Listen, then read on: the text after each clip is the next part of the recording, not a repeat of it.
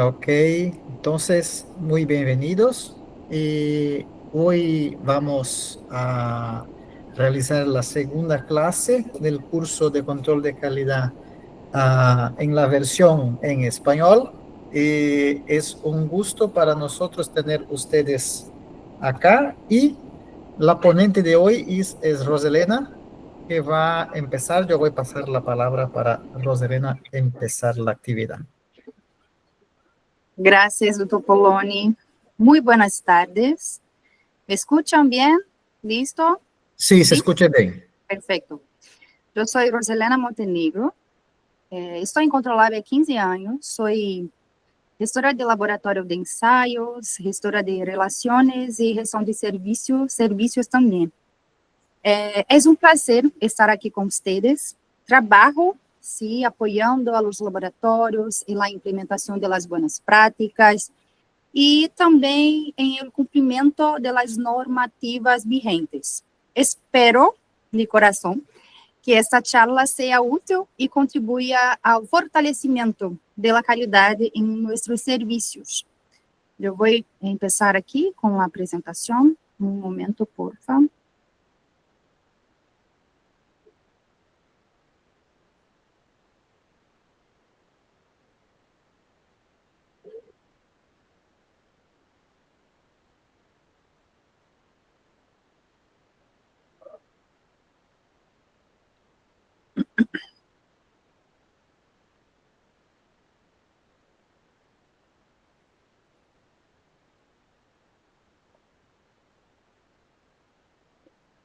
Todos estão vendo a diapositiva, sim?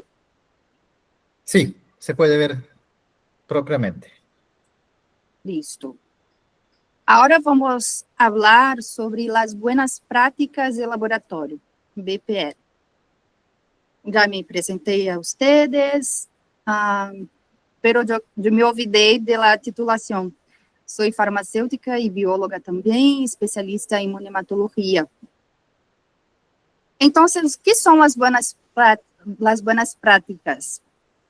Temos vários pontos de informação que vão definir as boas práticas. E todos esses pontos e essas informações estão em normas que ditam, que falam sobre organização de personal, a parte também de gestão de equipamento do laboratório, funcionamento do centro de pruebas, a toma de muestras e tudo mais, programa de controle de qualidade, na gestão de controle de qualidade, verificação de especificações de rendimento, mantenimento de registros e informes, as instalações físicas, né,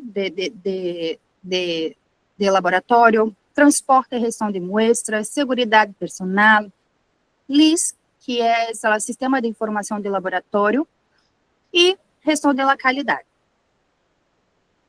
Antes de começarmos falando sobre as boas práticas como um todo, vamos falar um pouco sobre as interferências em boas práticas. Por exemplo, listo para vocês principais interferências de las boas práticas. Atenção que essas interferências estão totalmente voltadas para o controle de qualidade. Quando hablo de controle de qualidade, ensaio de atitude e controle interno também. Por exemplo, realizamos muitas vezes em nossa rotina alicotagem, pero esse processo pode ser, sim, um interferente em las buenas práticas. Reconstituição. Hacemos reconstituição quase todos os dias. Pero como estamos haciendo esta reconstituição? Porque dependendo de la maneira que estamos haciendo, vai a ser um interferente em las buenas práticas. Errores de diluição, qualidade da água. Qual água estamos utilizando em nossa rotina? Por exemplo, uma água utilizada numa rotina de bioquímica e uma água realizada em uma rotina de biologia molecular. é diferente, temos que ter atenção em tudo isso. Na leitura de procedimento de preparo, contaminação, armazenamento, congelamento, descongelamento, exposição excessiva e câmbio de muestras. Vamos falar agora especificamente de alicotagem. O laboratório pode fazer alicotagem? Pelo que miramos aqui nesta imagem, sim, vários laboratórios fazem alicotagem. Pero o laboratório que realiza esta prática tem que ter uma atenção em como fazer essa rotina de alicotagem. Por exemplo, mira esta imagem. Temos aqui as corridas analíticas, sim, monitoradas por material de controle interno para bilirrubina total. E no círculo rojo são pontos de reconstituição hecha no dia da rotina. Vemos os resultados próximos ao promédio. Então, vemos que está ok. Pero com o passar do tempo, este material se degrada. Há uma degradação. Por quê? Porque o laboratório não consegue preservar as condições de conservação das alíquotas. Então, se eu sou um laboratório que realiza alicotagem, seja de controle interno, seja de calibradores ou outros reativos, eu tenho que assegurar, garantizar que as alíquotas estão livres de interferências homogêneas e estáveis entre si. Não simplesmente realizar alicotagem. Eu tenho que garantizar esses 3 pontos. Livres de interferências, alíquotas homogêneas e estáveis entre si. Ok? Porque senão, essa rotina de alicotagem vai ser um problema para minha rotina. E não está conversando com as boas práticas. Uma outra interferência em las buenas práticas é a exposição excessiva. Por exemplo, chega hoje minha caja de controle de qualidade ou minha caja, por exemplo, de reativos que eu utilizo em minha rotina. E eu não almaceno em momento de chegada. Eu deixo em cima dos besones e tudo mais e vou fazendo minha rotina. Me ouvido e por la tarde eu vou almacenar. Não. Toda vez que chegar a caja, que chegar controle de qualidade, reativos, ou que eu vou utilizar em minha rotina, eu tenho que realizar imediatamente o armazenamento para garantizar que tudo se vá bem, sim? Outro ponto de exposição excessiva é quando eu vou realizar o controle de qualidade. Eu vou quitar as muestras de la geladeira, por exemplo, e deixo em los mesones por muito tempo. Não puedo. Eu tenho que respeitar o tempo que os provedores, fabricantes estimam para cada muestra. Sim? Por quê? Porque esta exposição excessiva é um dos principais fatores responsáveis pelos resultados inadequados em los ensaios de aptitude e em las rotinas de controle interno. E também, por exemplo, muito cuidado com a manipulação. Sim? Por quê? Porque o material que se queda em la exposição excessiva em el banco, el mesone, superando o tempo máximo estabelecido por el fabricante, pode se quedar com resultados malos, inadequados. Temos que respeitar o tempo, tempo máximo estabelecido por el fabricante, sim? E também o tempo de exposição aberto hace que o material de los bordes del tampón e el del tubo se evapore e se seque, o que pode atorar também os valores de controle de qualidade. Então, tudo isso, sim, é uma interferência em las buenas práticas. E o último ponto aqui que eu vou falar sobre os interferentes é a não leitura de las instruções de uso e critérios adicionais. Sim? Temos aqui um exemplo de um laboratório que teve resultados inadequados. Por quê? Porque este exemplo vai ilustrar um caso em que o laboratório começou a apresentar inadequação em ensaio de aptitude por rotavírus, devido a que não seguiu o procedimento de preparação do material posto à disposição pelo provedor. Então, esse laboratório hizo contato com nós outros e questionou seus resultados inadequados, porque veniam tendo resultados adequados, de repente, resultados inadequados. O que se passou? Começamos com uma investigação de causa para esses inadequados e vimos que havia tenido um cambio de profissional que realizava a análise.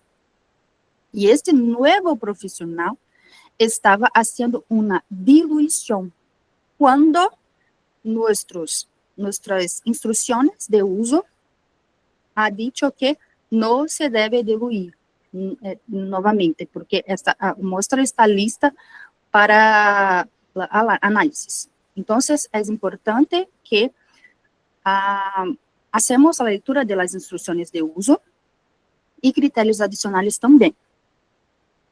Agora vamos falar sobre as boas práticas e como as boas práticas vão ajudar a prevenir os erros laboratoriais. E por que as boas práticas auxiliam em la prevenção de erros? Primeiro, por conta de garantizar a segurança. As boas práticas vão assegurar, recomendar o uso de materiais e reativos dentro da fecha de validez, de caducidade. E também a conservação, almacenamento em las condições descritas por el laboratório. Como ha dicho al inicio de la charla, eu contribuo, ajudo os laboratórios com as boas práticas e muitas vezes eu vou fazer uma visitação técnica. E em muitas de estas visitações, eu pergunto, onde estão almacenados os controles de qualidade? Eu necessito ver. E quando eu vou verificar como está sendo feito este almacenamento, em sua maioria estão fazendo de maneira equivocada, errada. Por quê? Porque estavam acostumados com um outro provedor. E este câmbio de provedor, muitas vezes, vem com vícios, sim? Então, necessitamos ter atenção a pontos simples, boas práticas. Eu estou segura que todos sabemos de las buenas práticas, pero com a rutina terminam perdendo-se, sim? Então, eu estou segura que todos nós sabemos das boas práticas, porque são pontos simples, pero vão perdendo-se. Então, quando eu vou perguntar, onde estão os controles? Como estão sendo armazenados? E eu verifico, por exemplo, um controle de bioquímica que deve ser armazenado em freezer, sendo armazenado em geladeira 2 a 8. Como vai funcionar? Não, pero é liofilizado. Sim, pero nossas instruções de uso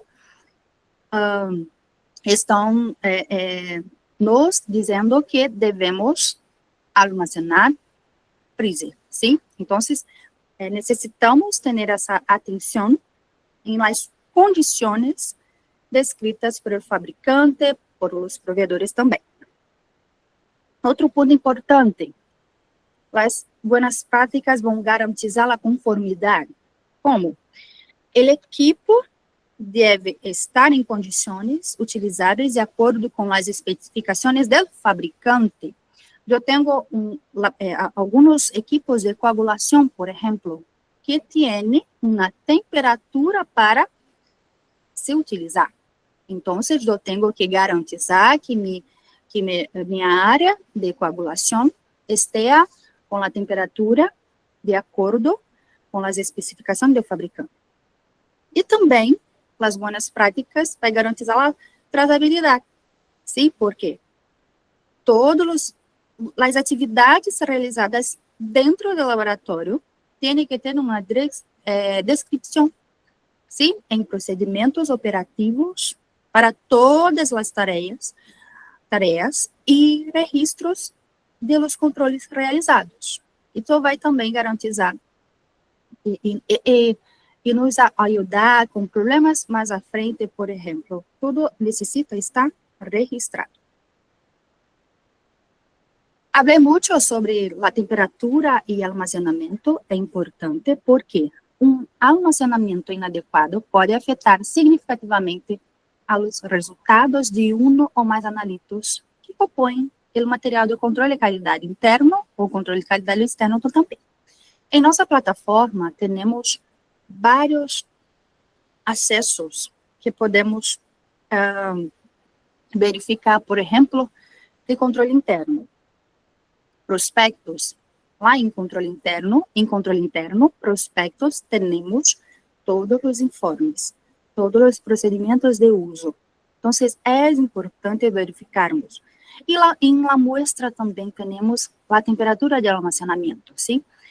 Essa temperatura que está descrita no rótulo da muestra é a temperatura de almacenamento, sim? Não é a temperatura de chegada de la caja, é a temperatura de almacenamento. É importante mirarmos, verificarmos e almacenarmos de maneira adequada. E importante que este armazenamento seja um armazenamento controlado, é decir, com um termômetro, sim, que esteja calibrado.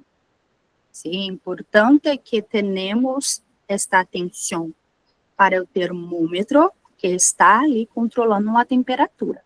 E se nós verificarmos os prospectos, temos lá vários itens que vão falar sobre estabilidade e armazenagem de cada das amostras, para cada módulo, bioquímica, coagulação, hemato e tudo mais. Um outro ponto para as boas práticas. Falamos sobre armazenamento, temperatura, calibração, um controle do termômetro que esteja minimamente calibrado para esse armazenamento correto. E vamos falar sobre calibração de equipos. Por exemplo, eu tenho que calibrar meu equipo de hematologia? Sim. Eu tenho que calibrar meu equipo de hematologia com muestras de controle interno? Não. Eu tenho que calibrar meu equipo de hematologia com um calibrador do fabricante do provedor. Sim? Quando eu tenho que calibrar? A periodicidade é específica para cada sistema analítico, para cada equipo.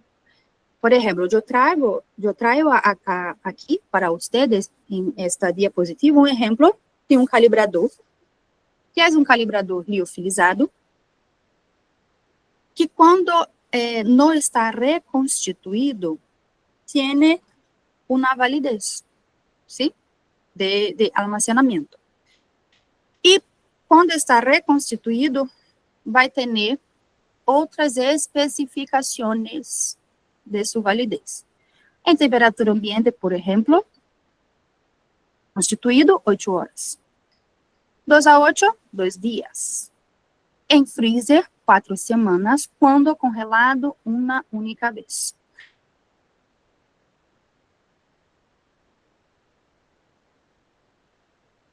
calibradores, de luz reativos e tudo.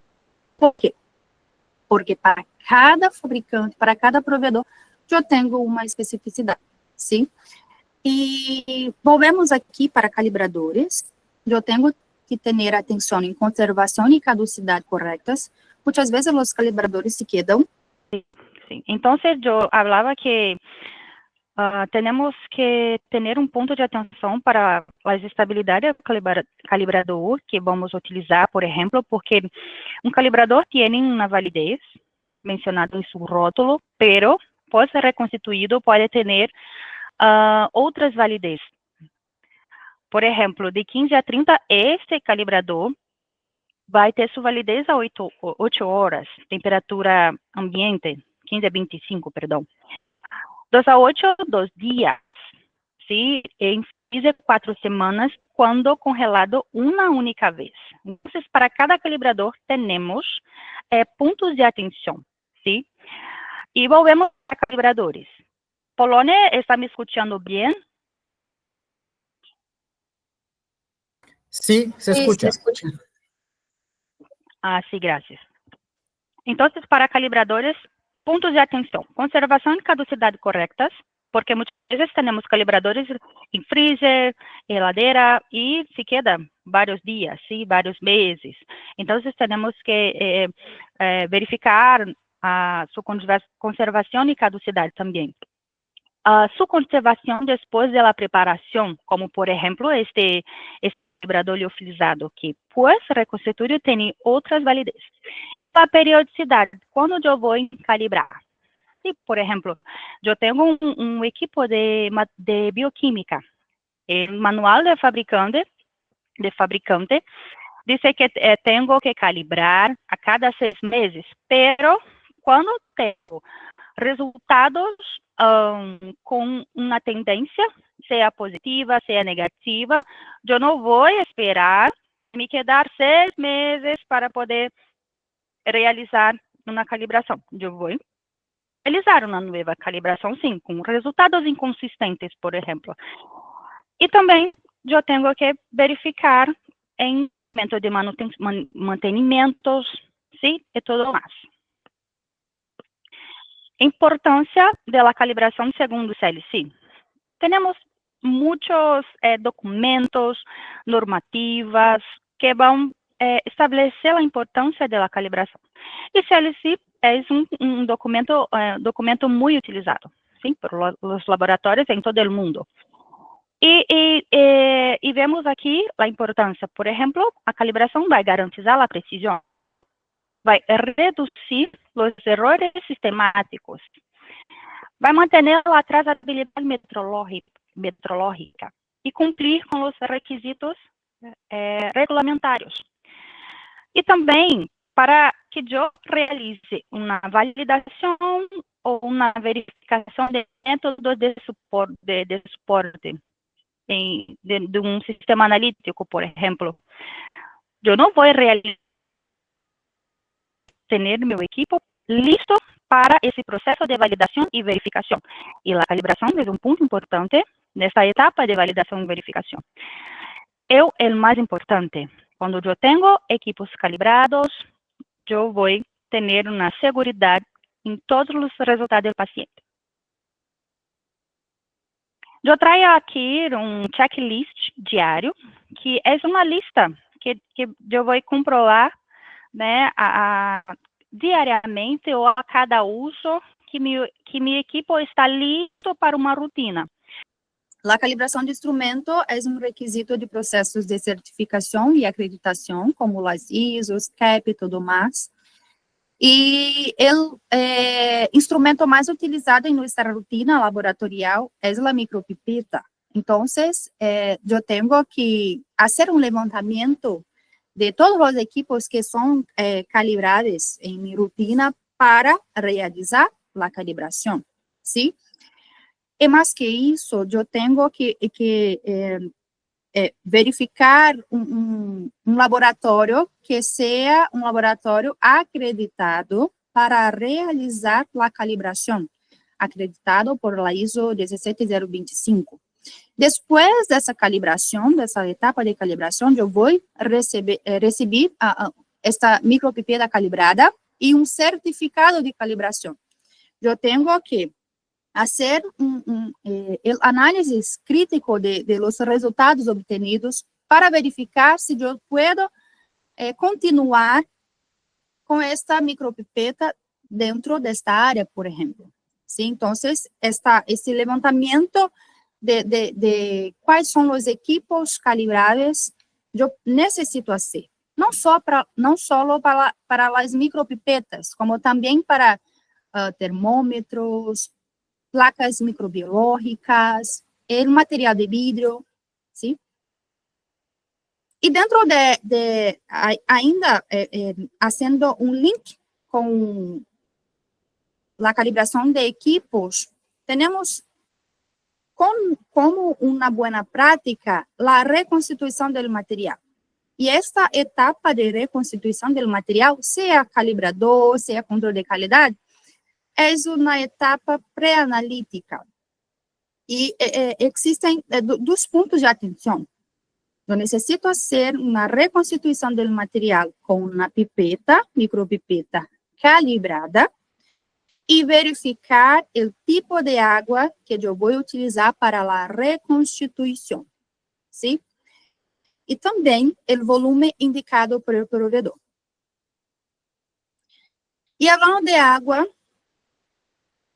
para que minha rotina seja uma rotina completa, eu tenho que ter atenção para o reagente mais utilizado na rotina laboratorial, água. E para a água, temos vários estándares internacionais que vão falar sobre parâmetros de controle de qualidade, tipo de água, sim? E as interferências em as provas utilizadas. E entre estes estándares, temos o DASTM, ISO, MS e CLC. CLC é o documento em que os parâmetros são mais utilizados por os laboratórios. De ASTM, temos essas especificações de quais parâmetros, quais são os tipos de água que são divididos dentro desse documento também. Então, temos estándares de ASTM, estándares da ISO também, que é dividido, diferente de ASTM, pero com os mesmos parâmetros, e o estándar de CLC, sim? Que vai classificar a água em água reativa de laboratório clínico, reativo alimentação de instrumento, suministrada por o fabricante do método, porque há alguns fabricantes que vão ditar, né, que vão descrever qual a melhor água que tem que ser utilizada para determinado equipo. Água para autoclave lavado, água purificada abastecida, envasada comercialmente.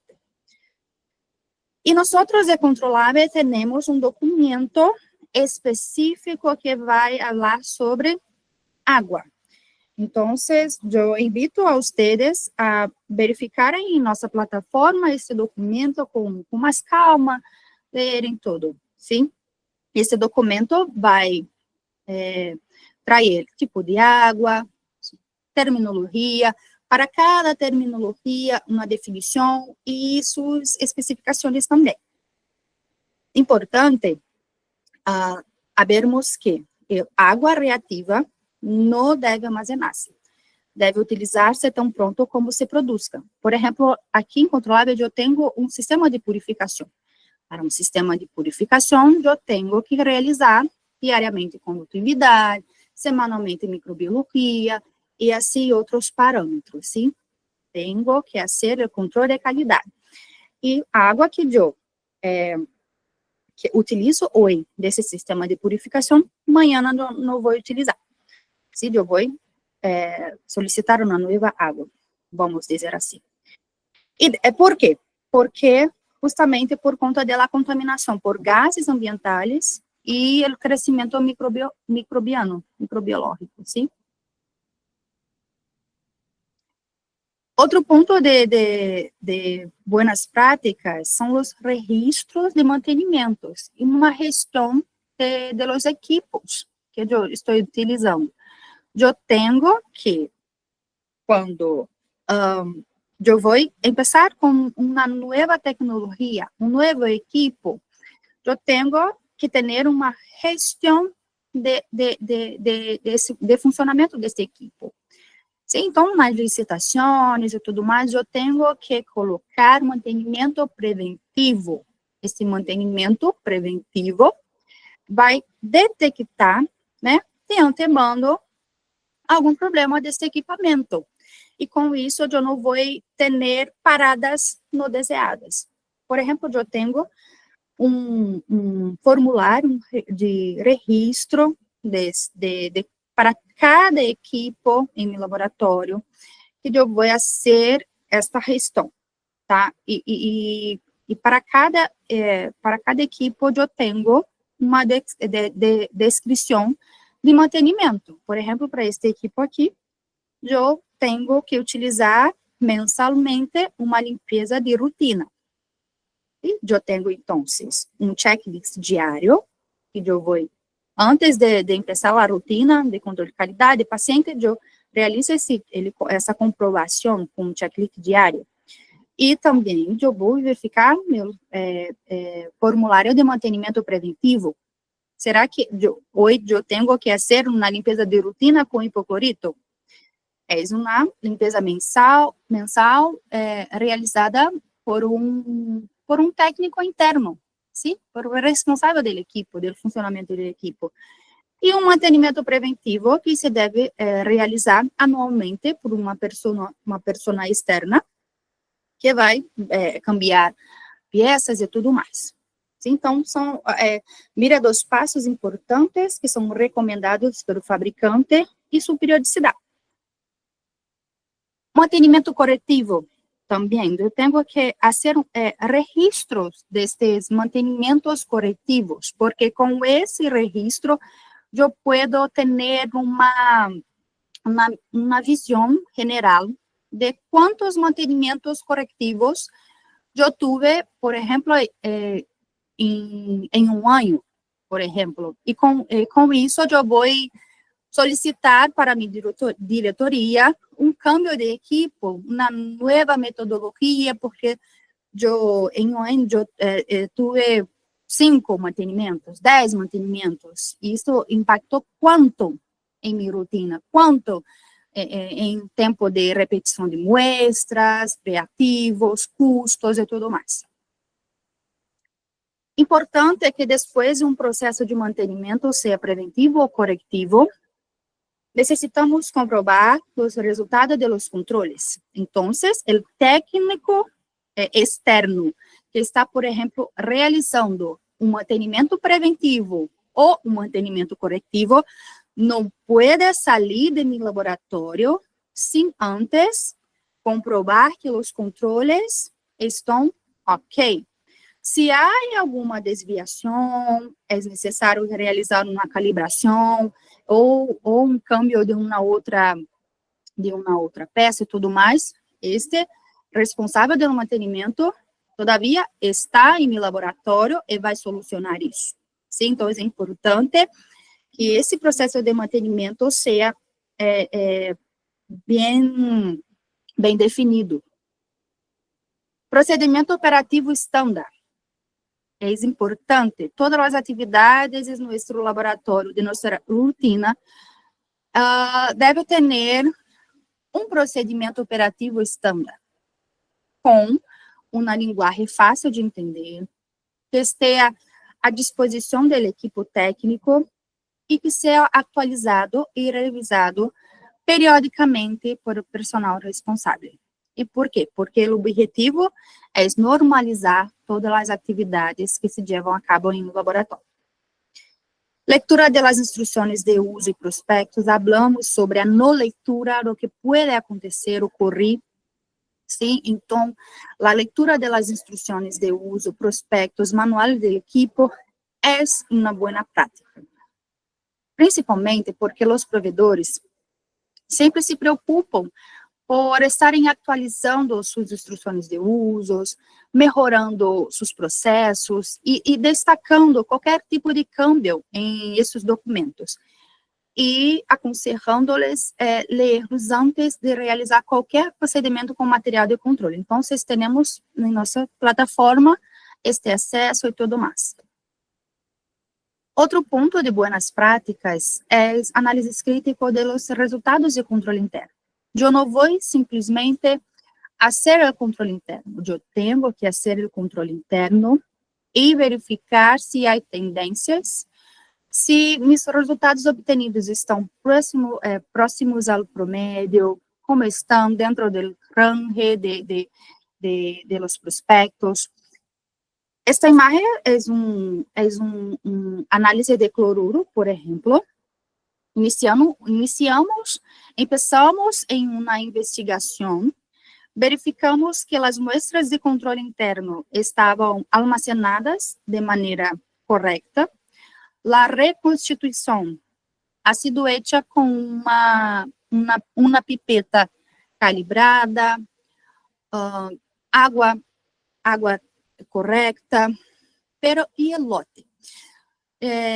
Teníamos um outro lote diferente do que estava sendo utilizado e verificamos que o problema era o lote. Sim, então, mira como é importante realizar análises críticas de los resultados de controle interno. E nesse momento, o que eu vou fazer?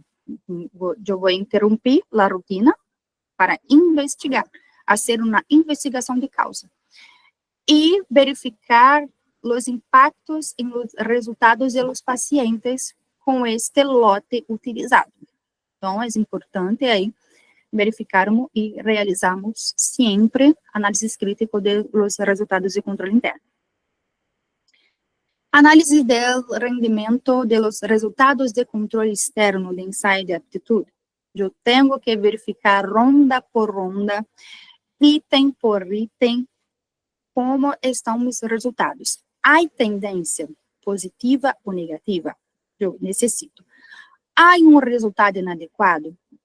Em la plataforma de Controlab, temos um formulário, sim, que é um formulário de ação realizada, que eu posso informar a causa desse inadequado, depois de uma investigação de causa.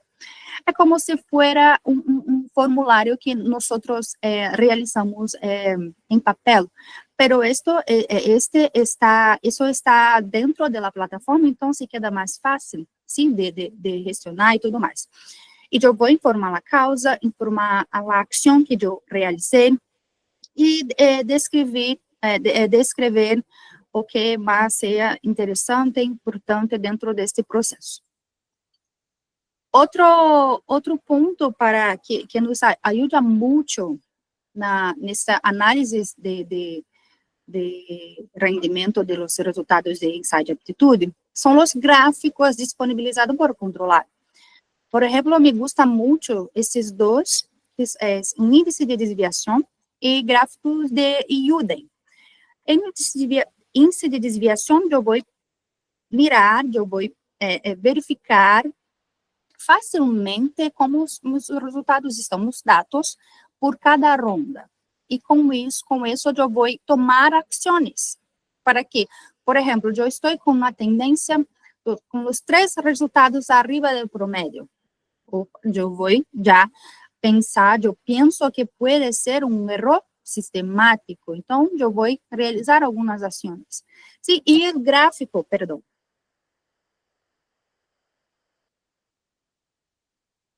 Eu vou voltar aqui. Vou ver. E o gráfico de Udemy vai falar sobre qual erro eu tenho por itens, né? Comparando item 1 com 2, 1 com 3, 2 com 3, e em cada ronda. Por exemplo, eu tive em dezembro um erro sistemático, Então, eu vou comprovar os processos que influyen en el error sistemático. Ha tenido cambio de lote de reactivos y calibradores. Pode ser uma preparação incorreta de los reactivos ou um deterioro de los mismos, almacenamento inadequado, cambio de la temperatura de incubação. Então, o gráfico de UDEM vai abrir um caminho para que eu haga uma investigação de causa, uma ação e não tenha mais uma inadequação na próxima ronda. E quando eu tenho um resultado inadequado, que é ser, primeiro, acepte o erro. Eu tenho que investigar a causa desse erro, resolver e evitar uma reincidência, né, que esse erro se repita. E para isso temos, por exemplo, o diagrama de Ishikawa. Ele vai identificar os riscos, sim? Os potenciais riscos para esse inadequado, por exemplo, eu vou ponto a ponto, a muestra, como está essa muestra, o transporte, o armazenamento, preparação da muestra, reconstituição da muestra, água utilizada, micropipeta utilizada. E assim eu vou vendo ponto por ponto. O profissional tem treinamento, está capacitado, tem competência para realizar esta análise. Procedimentos, né? Controle interno, como estão os controle interno, análises críticas dos resultados de controle interno. Esta tendência que eu verifiquei em os resultados de ensaio de aptitude. Eu vejo também em os resultados de controle interno. Os resultados de controle interno já estão com uma tendência para arriba da média, sim? Instruções de uso. Eu segui justamente, corretamente as instruções de uso, os prospectos e tudo mais. Então, eu vou ponto a ponto verificando hasta encontrar a causa, sim? E resolver. E uma boa prática também é uma especificação da qualidade. Eu não vou utilizar, por exemplo, um 3S, uma regra de Westergaard, sim? Porque me gusta muito. Não, eu tenho que fazer uma especificação da qualidade analítica. Eu tenho que fazer um estudo, sim?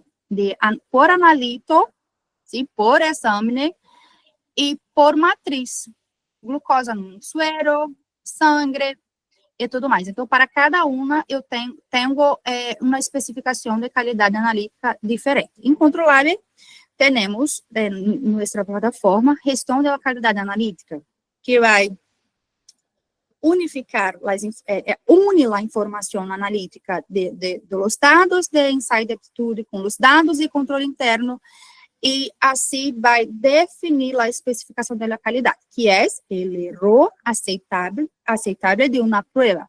Qual é o erro aleatório para, por exemplo, uma glucosa? E quando eu falo de erro aleatório, eu vou virar em controle interno o coeficiente de variação. O erro sistemático, o erro total, eu vou virar no ensaio de aptitude. Então, esta plataforma, esse serviço, ele vai unificar, e une essas informações dos dados para poder, para que podamos ter um erro aceitável de cada prova. Aqui, eu trago uma imagem, porque da plataforma, com a fonte, muitos laboratórios utilizam variação biológica, pero podem também utilizar estado de arte, que são os provedores de ensaio de aptitude, e assim definir o erro aceitável, erro total permitido, aleatório permitido, sistemático permitido, e com esta união destas informações de controle interno e de ensaio de aptitude, vai a ser um cálculo, sim, da métrica sigma, ou por erro sistemático crítico. Eu utilizo o Sigma, e com o Sigma vai ter qual regra de controle vai utilizar. Eu não vou escolher um 3S porque eu quero, porque me gusta muito, não. Há um cálculo, e essa plataforma faz esse cálculo para nós. E para terminar, a importância das boas práticas e o controle de qualidade, eu trago esta imagem de um profissional de laboratório, que não, eu tenho controle de qualidade, pero não é sobre controle de qualidade, porque controle de qualidade e boas práticas é um matrimônio perfeito. Se eu tenho que fazer todo, realizar todo com boas práticas também. Gracias y hasta la próxima. Muchas gracias, Roselena. Muchas gracias. Muy buena la presentación. Y bueno, en este momento tenemos espacio para preguntas. Y por favor, estén a vontade para hacer las preguntas para Roselena. ¿Están tímidos o se puede hacerla? ¿Alguien tiene interés en preguntar algo? Aprovechando este momento, en el chat tenemos una encuesta de satisfacción de esta segunda clase, por favor. Es importante para nosotros que ustedes participen de la encuesta de satisfacción. ¿Están tímidos, Roselena? No, bueno, Roselena mencionó muchos ejemplos. Esta clase de buenas prácticas eh, estamos estamos hablando acerca de buenas prácticas en básicamente todas las actividades que nosotros conducimos, ¿ok? Por ejemplo, tuvimos recientemente un simposio en Bolivia y estaba en la grade científica del simposio. Es la tercera vez que hicimos este. En todas las veces, sí, Roselena, tuvimos una clase de buenas prácticas. En los cursos que estamos organizando de control de calidad, también tenemos siempre este tema como una clase o como algún tópico, algún punto de las clases en el inicio. ¿Y por qué hacer esto? Bueno, la clase de Roselena fue explicativa de la motivación de tenernos este tema cuando hablamos de control de calidad. Pero es importante mencionar a ustedes también que especialmente, no solo, pero es una forma que identificamos en muchos atendimientos que recibimos acerca de inadecuación en el ensayo de aptitud, muchos mismo, no es algo, no es uno o dos, son muchos, percentual grande.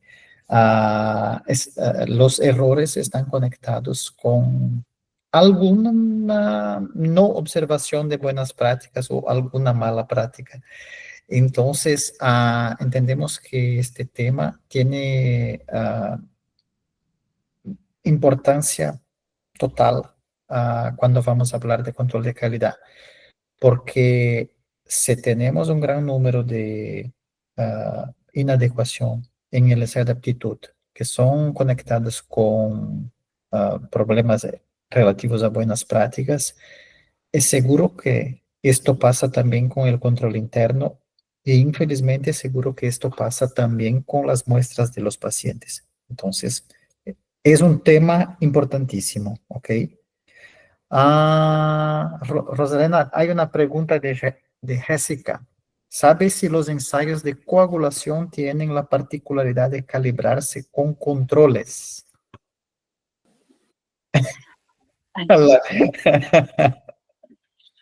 Bueno, yo calibro toda parte de coagulación con los calibradores del fabricante, ¿sí?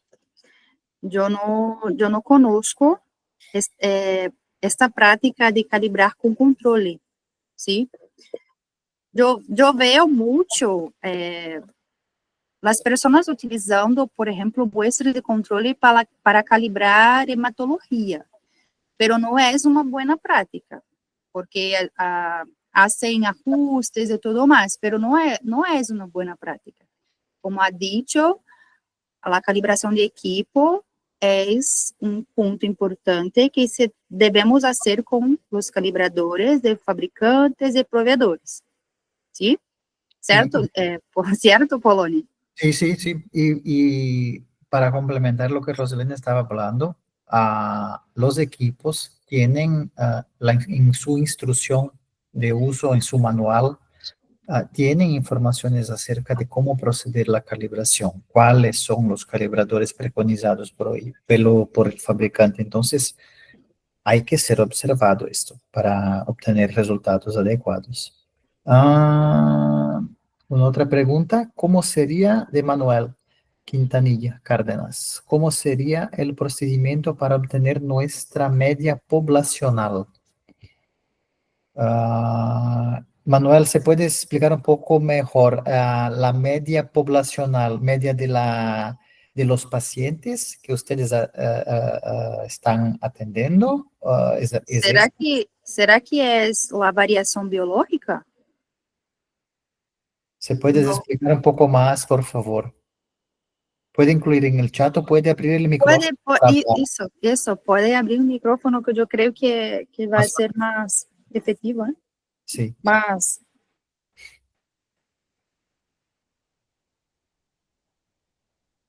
Manuel, ¿tienes cómo hablar en el Sí, micrófono? ¿me llega a escuchar? Sí, Perfecto. Sí.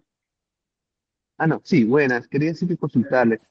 Justo en el laboratorio donde estoy laborando, queremos hacer un estudio poblacional para obtener nuestra media, ejemplo, para lo que son pruebas de coagulación.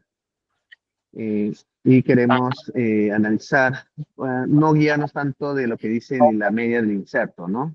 En caso de estos valores, sino obtener una media de la población con la que trabajamos. No sé si tienen alguna información acerca de estos procedimientos, porque sé que muchos laboratorios también no se guían mucho del tema de inserto de la media, sino que tratan de sacar su propia media de la población de donde trabajan, ¿no? sí, yo creo así. Nosotros tenemos en nuestros insertos de control interno media, ¿sí? De P y coeficiente de variación, que es una media de acuerdo con los estudios realizados en controlar. Y el laboratorio, para utilización de control interno, debe utilizar esta media y también realizar una... ahora me olvidei de la palavra.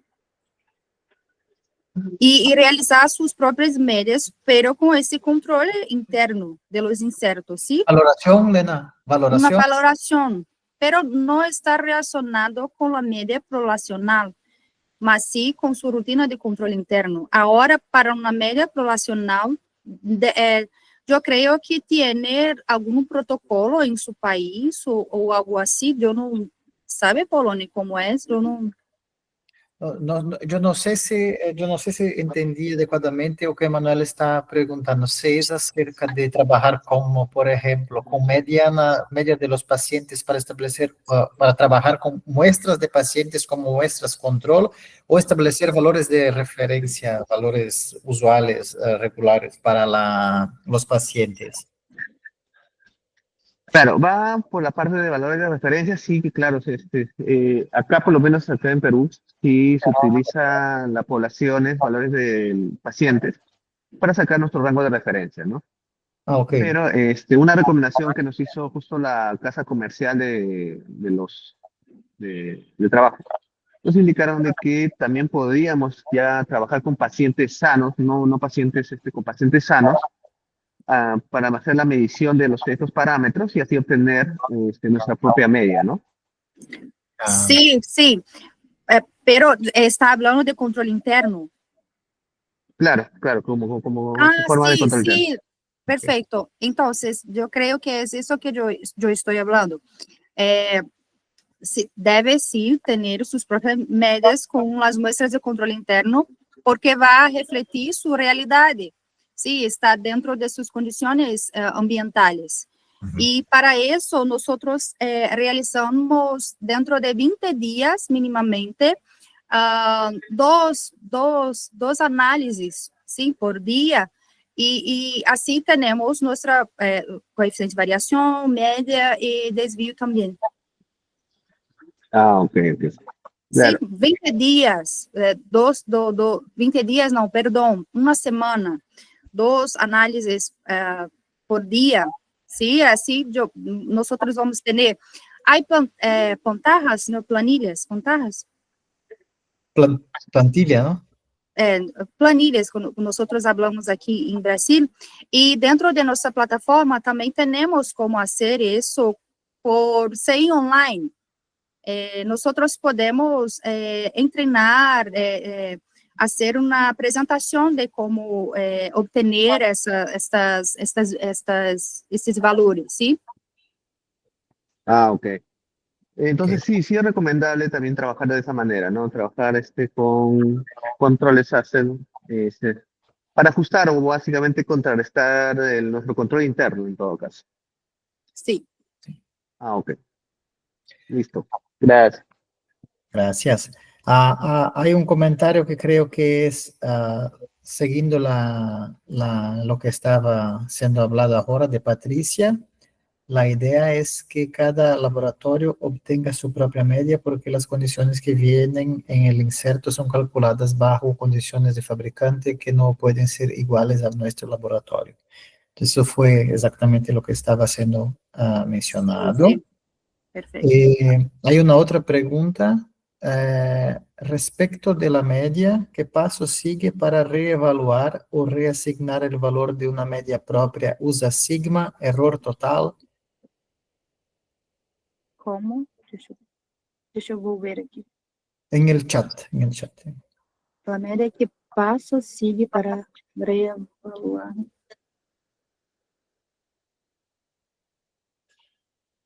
Uma média própria. Quando falamos de controle interno, vamos utilizar erro aleatório. Sim, erro aleatório. Que no estudo de... Ai, olvidei novamente, Polônia. ¿Valoración? Valoração, em el estudo de valoração, eu vou obter minha média própria e também erro aleatório, sim? Pero, para que eu tenha um erro aleatório permitido, eu necessito realizar o estudo de especificação da qualidade. Erro total está relacionado a insight de atitude, sim? E o sigma, o cálculo de sigma está relacionado à obtenção da regra que eu vou utilizar para cada prova. ¿Listo? Creo que sí. Hay una otra pregunta también conectada con esto. Hola, ¿qué opinan de los fabricantes que nos dan un rango de media en el cual debe caer nuestra media y aparte la desviación estándar a utilizar?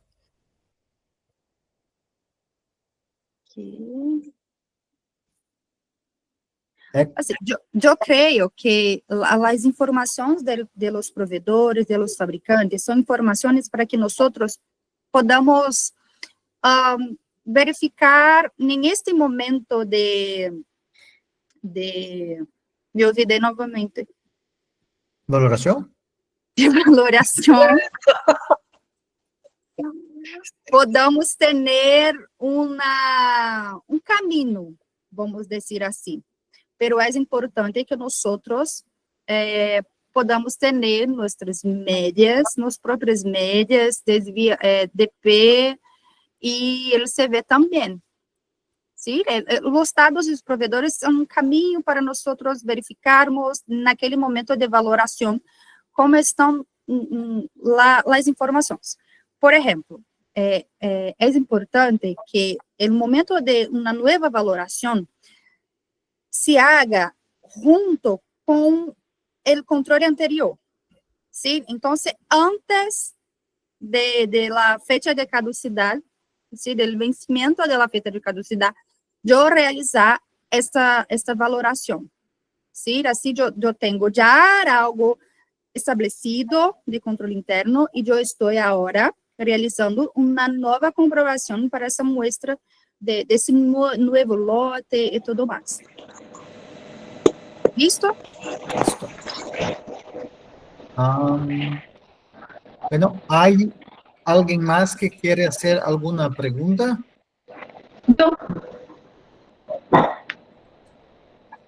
Y Sí, Jessica. por favor, Jessica, Hola, sí. Jessica, ¿puede? Sí, quiero preguntarle respecto de la reasignación de media. Cuando uno observa que en la gráfica hay una cierta tendencia y quiere volver a reasignar ese valor de la media, ¿en qué se basa para decidir que esa tendencia todavía es aceptable respecto de la otra media que traía antes de que viera esa tendencia? No sé si me explico. Por eso le preguntaba si utiliza el sigma o hace una comparación de los datos nuevos con el error total. ¿Qué hace cuando quiere reasignar una nueva media? ¿Cómo decide que la tendencia que está observando es todavía correcta Sí, para el sí. desempeño que usted espera? Perfecta, excelente pregunta. Es justamente uma boa prática, sim, esta análise de la tendência de los resultados, de los dados de controle interno. Quando eu vou perceber que é uma tendência significativa, porque nem sempre, muitas vezes, essa tendência não é uma tendência significativa, impactante para minha rotina. Pero eu tenho que ter mis ojos, ¿sí? Conhecendo minha rotina, conhecendo meu equipo, verificando se de facto esta tendência está impactando significativamente os dados de controle de los resultados de paciente, sí, porque às vezes é um comportamento normal. Claro que para controle interno eu tenho que mirar a tendência, verificar se o erro aleatório permitido está ok, porque se meu erro aleatório está arriba do permitido, eu já sei que essa tendência é uma tendência significativa e eu tenho que fazer algo, sim? Como eu vou verificar erro aleatório? Por ele CV, por ele coeficiente de variação. E quando eu sou, por exemplo, para a glucosa, um erro de 1%, por exemplo. Se eu tenho uma tendência com resultados com coeficiente de variação arriba de 1%, um exemplo, sim? Eu sei que essa tendência é uma tendência significativa. E eu vou mirar as regras também. Se eu tenho um 3S, meus dados não podem estar 3 pontos arriba ou 3 pontos abaixo da média, do promédio. Sim, todo é um conjunto de verificação. Sim, erro aleatório, por el sigma, por exemplo, qual é o erro aleatório permitido através desse estudo de especificação. Sim, o sigma vai me dar a regra que eu vou utilizar. 2S, 3S, 7, enfim, várias regras. Então, eu vou mirar as regras também. Então, todo esse conjunto que vai dizer, essa tendência não é uma tendência significativa. Está ao promédio, sim, porque nem todos os resultados vão estar em la média. Não vão estar em la média, pero vão estar próximo sempre ao promédio. ¿Sí? ¿Me ha hecho comprender? ¿No? No mucho. Cuando habla de coeficiente de variación y error aleatorio, ¿cómo define ese coeficiente de variación? ¿Hasta dónde se puede alejar? ¿Lo toma desde el error total, un porcentaje lo asigna como error aleatorio? Entonces, para por exemplo, o estudo de erro aleatório, eu vou utilizar o coeficiente de variação. Como eu vou mirar o erro aleatório em meu controle interno? Através do coeficiente de variação. Pero, como eu vou estabelecer qual é o erro aleatório permitido por el estudio de especificaciones de la calidad? Es un estudio. Tenemos un libro en nuestro sitio electrónico, en nuestra plataforma, que vai definir, que vai mostrar passo a passo de como estabelecer o erro aleatório. Sim, o cálculo. Sim, eu tenho que realizar isso. E como? Através de um estudo de precisão simples, por exemplo, de homogeneidade, enfim. Tem várias formas de obtermos o erro aleatório. Sim? Então, podemos compartilhar com você este livro e tudo mais, para que você pueda ler, verificar, e para cada prueba vai obter erro aleatório. E quando eu hago de erro aleatório, controle interno, erro sistemático e erro total, controle externo, ensaio de aptitude, com a junção, né, a união de los dados, eu vou ter a especificação da qualidade. É um tema que não é um tema fácil, sim, é difícil, pero é necessário, porque assim eu vou ter, dentro de meu controle interno, erro aleatório permitido, através de CLV, de coeficientes de variação, regra utilizada, e eu vou me quedar tranquila, sim? Não somente com os dados do fabricante, pero com minhas próprias médias, pero minhas próprias médias estão corretas? A partir de que ponto? Com que eu estou comparando? Qual erro permitido? Sim, então, existe um estudo para obter tudo isso. ¿Listo? Muchas gracias. Gracias.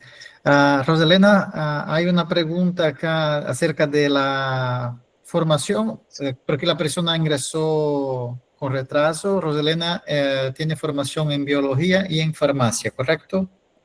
Sí, sí. Son las dos graduaciones de Roselena.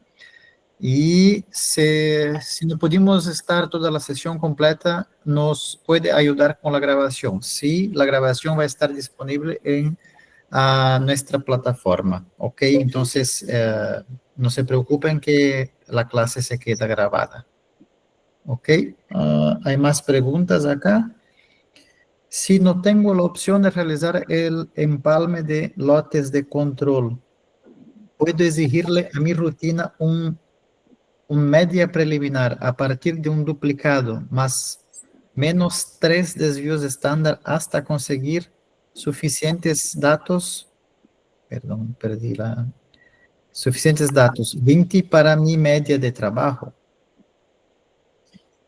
Entonces, esto es muy específico para cada laboratorio. Entonces, cada laboratorio tiene un protocolo. Nos asseguramos de nossos protocolos, sim, que são protocolos embasados em normativas e tudo mais, pero para cada país, né, Dr. Poloni, tem uma forma de trabalho. Então, eu agora não saberia responder se está correto ou não está correto. Sim, eu teria que estudar um pouco mais isso e verificar. Não sei se o Dr. Poloni tem alguma informação complementar para esta pergunta. Não, infelizmente não. Aqui, Patrícia Moreno ha hecho uma observação importante, sim, como eu coloquei em minha apresentação sobre a variação biológica. Perfeito. Então, a doutora Jéssica também pode se embasar em las tablas de variabilidade biológica, para estimar os erros aleatórios, sistemáticos e total. Ok. Pero necessita procurar e verificar se está atualizada, porque tem várias informações na internet, então é necessário realizar esta búsqueda de forma correta. E em nossa plataforma está tudo atualizado, está tudo mais fácil. Sí, tenemos en nuestra plataforma y creo que esta información también es posible en el sitio de la Federación Europea, ¿no? Sí, Medicina también. la EFLM tiene una plataforma actualizada también acerca de esta información. Bueno, vamos, nosotros intentamos siempre estar atentos al horario, entonces creo que tuvimos una buena presentación, una buena discusión con preguntas y vamos para encerrar en este momento nuestra actividad. Queremos agradecer a todos que estuvieron presentes con nosotros en esta segunda clase, agradecer a Roselena y los pido una vez más, hay el enlace en el chat, ustedes pueden acceder el link y responder el enlace de satisfacción, es importante para nosotros, y se queden atentos siempre al grupo de WhatsApp, porque cualquier información, para recordar que tenemos clase y todo esto, cualquier información que tenemos, siempre va a estar mencionada en el grupo de WhatsApp. Y las clases van sí a quedar grabadas y disponibles en nuestra plataforma. Tan pronto esté lista, ustedes van a recibir el link para ingresar y encontrar las clases grabadas. ¿Ok? Entonces, muchas gracias a todos y nos Muchas gracias. vemos en la próxima clase.